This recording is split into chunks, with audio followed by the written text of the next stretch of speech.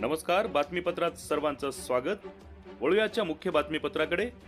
कळमनुरी येथून एक धक्कादायक माहिती पुढे येत आहे. कळमनुरी विधानसभा मतदारसंघाचे उमेदवार तथा ओबीसी नेते डॉक्टर दिलीप तातेराव मस्के यांच्या गाडीवर रात्री प्राणघातक हल्ला झाला आहे.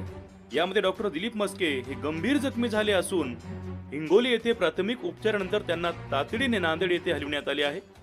कळमनुरीहून हिंगोली येथे रात्री प्रचार आटपून जात असताना सेलुसुरा फाटा या ठिकाणी त्यांच्यावर हा प्राणघातक झाला असून हिंगोली येथे त्यांच्यावर प्राथमिक उपचारानंतर नांदेड येथे त्यांना स्थलांतरित करण्यात आले असून वंचित बहुजन आघाडीचे उमेदवार तथा ओबीसी नेते डॉक्टर दिलीप मस्के सध्या त्यांच्यावर नांदेड येथे उपचार सुरू आहे. वंचित बहुजन आघाडीचे उमेदवार डॉक्टर दिलीप मस्के यांच्यावर झालेल्या या प्राणघातक हल्ल्याचा सर्वच स्तरावरून निषेध करण्यात येत आहे. ओबीसी नेते डॉक्टर दिलीप मस्के यांच्यावर झालेल्या